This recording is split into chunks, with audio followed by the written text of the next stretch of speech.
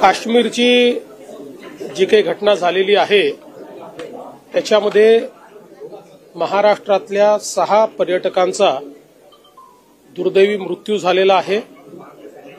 त्या 6 लोकांचे पार्थिव हे महाराष्ट्रामध्ये येणार आहेत। 4 पार्थिव 2 वेगवेगळ्या विमानाने मुंबईमध्ये येणार आहेत।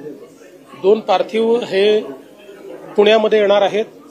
मुंबईमध्ये आशिष शेलारजी आणि मंगलप्रभात लोढाजी हे 2 मंत्री एअरपोर्टवर सगळ्या व्यवस्था पाहत आहेत। पुण्यामध्ये मुरली मोहोळजी जे केंद्रीय मंत्री आहेत ते स्वतः लक्ष घालतायत आणि माधुरीताई मिसाळ या एअरपोर्टवर उपस्थित राहतील आणि त्याचं सगळं कोऑर्डिनेशन करतील। याच्या व्यतिरिक्त आपले जे आपत्ती व्यवस्थापन मंत्री आहेत गिरीश महाजन हे स्वतः श्रीनगरला पोहोचतायत। तिथे जाऊन जे आपले पर्यटक तिथे आहेत त्यांचं कोऑर्डिनेशन आपण करतोय। याच्या व्यतिरिक्त ज्यांनी सोशल मीडियाच्या माध्यमातून किंवा एसएमएसच्या माध्यमातून आपल्याशी संपर्क साधला त्या सगळ्यांच्या व्यवस्था आपण केलेल्या आहेत।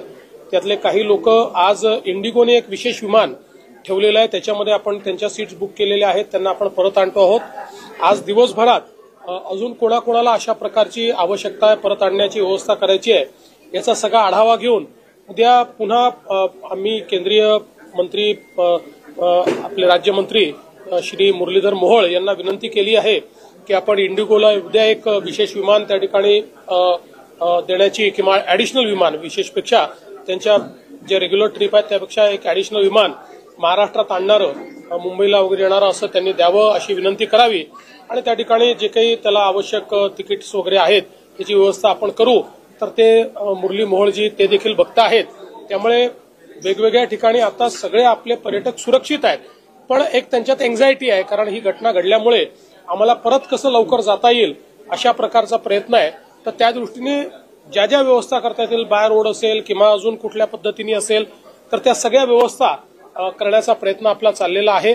मंत्रालयाचं जे आपलं त्या ठिकाणी आपली जी वॉर रूम आहे किंवा आपत्ती व्यवस्थापन केंद्र आहे त्याही ठिकाणी आपण सगळ्या व्यवस्था आता उभ्या केलेल्या आहेत की ज्या माध्यमातून कोणालाही माहिती द्यायची असेल किंवा घ्यायची असेल तर त्या ठिकाणून घेता येईल। जम्मू काश्मीर तिथली जी काही प्रशासन आहे तेही अतिशय चांगल्या प्रकारे रिस्पॉन्ड करत आहेत। त्यांना आम्ही कुठली गोष्ट विचारली तर तात्काळ त्यांच्याकडनं आम्हाला त्याचं उत्तर मिळतं किंवा ते तशा प्रकारच्या व्यवस्था करतात। जे काही जखमी आहेत त्यांच्यावर उपचार चाललेले आहेत आणि योग्य प्रकारचे उपचार चाललेले आहेत। त्यामुळे जखमींना डॉक्टरांनी परमिट केल्यानंतर इकडे आणण्याची व्यवस्था जी आहे ती आम्ही करू। त्यांच्या परिवाराला त्याच्या आधी यायचं असेल तर ते देखील आणण्याची व्यवस्था जी आहे ती आम्ही करू। दुर्दैवाने जे मृत्युमुखी पडलेले आहेत त्यांना आपण 5 लाख रुपये प्रत्येकी त्यांच्या परिवाराला त्या ठिकाणी देत असतो। अर्थात पैशाने कोणाचंही जीवन परत येऊ शकत नाही, पण एक आधार म्हणून आपण ते देतो। त्यामुळे तशा प्रकारे ती मदत देखील या ठिकाणी करण्यात येईल आणि जे जे काही करणं आवश्यक आहे ते आम्ही करतो। मी स्वतः त्याच्यामध्ये लक्ष घालतो। शिंदे साहेब, अजितदादा हे देखील त्यांच्या परीनं पूर्णपणे त्याच्यामध्ये लक्ष घालतायत आणि आपल्या राज्यातल्या पर्यटकांना अतिशय सुरक्षिततेनं इथे परत आणणं याला आता आम्ही प्रायोरिटी दिलेली आहे। चीड आणणारा प्रकार असा घडला की धर्म विचारून पर्यटकांवर गोळ्या झाडल्या।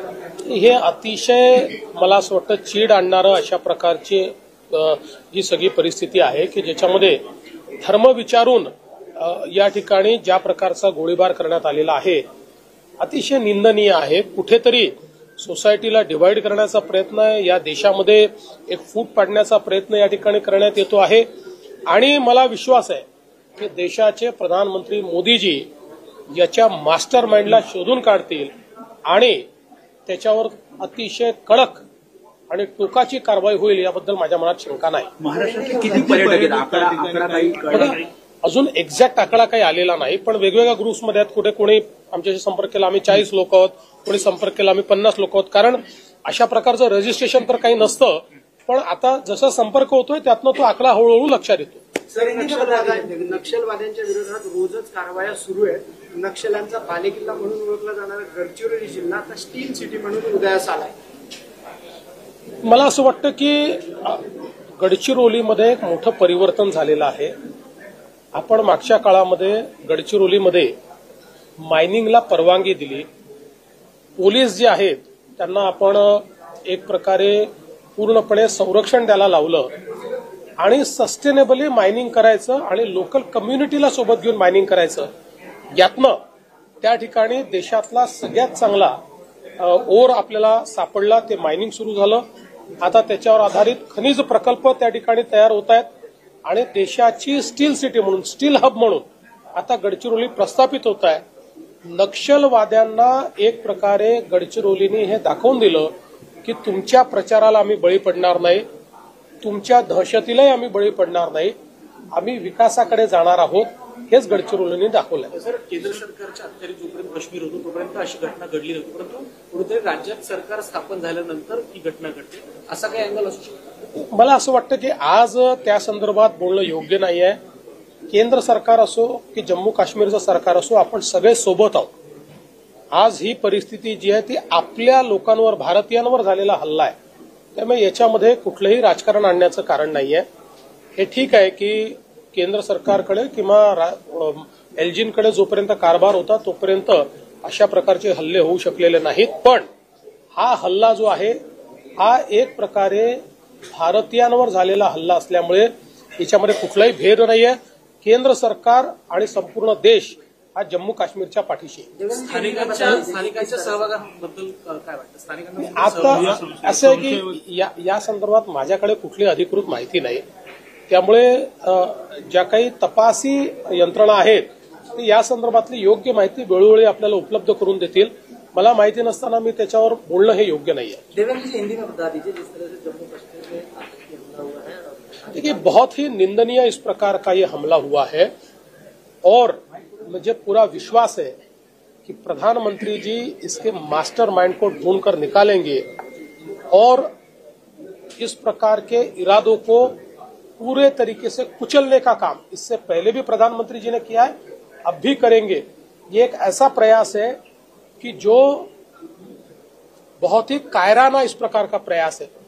अभी ये आतंकवादी देख रहे हैं कि इनको जो लगता था कि 370 के हटने के बाद वो लोग जम्मू और कश्मीर में कुछ न कुछ उल्टा सीधा कर पाएंगे, वो कुछ नहीं कर पाए. उल्टा जम्मू कश्मीर का इतना विकास हुआ, इतने बड़े पैमाने पर पर्यटक वहां पर जाने लगे, पर्यटन का व्यवसाय बढ़ा, टूरिस्टों ने वहां की अर्थव्यवस्था को बदल दिया.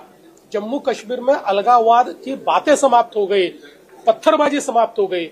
इससे जो लोग एक प्रकार से आहत हुए हैं, जो लोग इसके कारण अपने जो उनकी मानसिकता थी उनकी मानसिकता और उनके मंसूबे खत्म हो रहे हैं, ये देखने के बाद इस प्रकार का हमला उन्होंने किया है. अभी जो महाराष्ट्र के हमारे 6 लोगों की वहां पर मृत्यु हुई है, उनमें से 2 लोगों का पार्थिव पुणे जाएगा, 4 लोगों का पार्थिव मुंबई आएगा. हमारे मिनिस्टर्स को हमने जिम्मेदारी दी है इसका कोऑर्डिनेशन करने की. हमारे जो डिजास्टर मैनेजमेंट के मंत्री हैं गिरीश महाजन जी, वो श्रीनगर अभी कुछ समय में पहुंच जाएंगे. वहां पर जाकर जो हमारे पर्यटक वहां पर अभी अटके हुए हैं या जो लोग वहां पर अभी भी कोई परेशानी का सामना कर रहे हैं, उन सबको महाराष्ट्र में लाने के लिए हम लोग व्यवस्था करेंगे. आज भी इंडिगो ने एक मुंबई के लिए स्पेशल अलग फ्लाइट, एक एडिशनल फ्लाइट मुंबई के लिए, दिल्ली के लिए, अलग अलग भागों के लिए उन्होंने रखी है.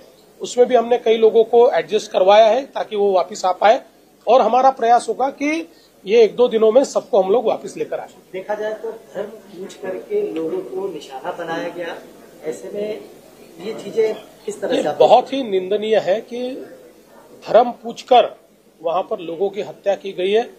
एक प्रकार से भारत को डिवाइड करने का यह प्रयास है, भारत में विभाजन तैयार करने का यह प्रयास है. ऐसे प्रयासों को हम लोगों ने फेल करना चाहिए, उसे यशस्वी नहीं होने देना चाहिए और ये जो तत्व है इन तत्वों को कुचलना चाहिए. आर्थिक मदद किस तरह से? देखिए, महाराष्ट्र में जो 6 लोगों की मृत्यु हुई है, हम लोग 5 लाख रुपए हर परिवार को देंगे. Thank you.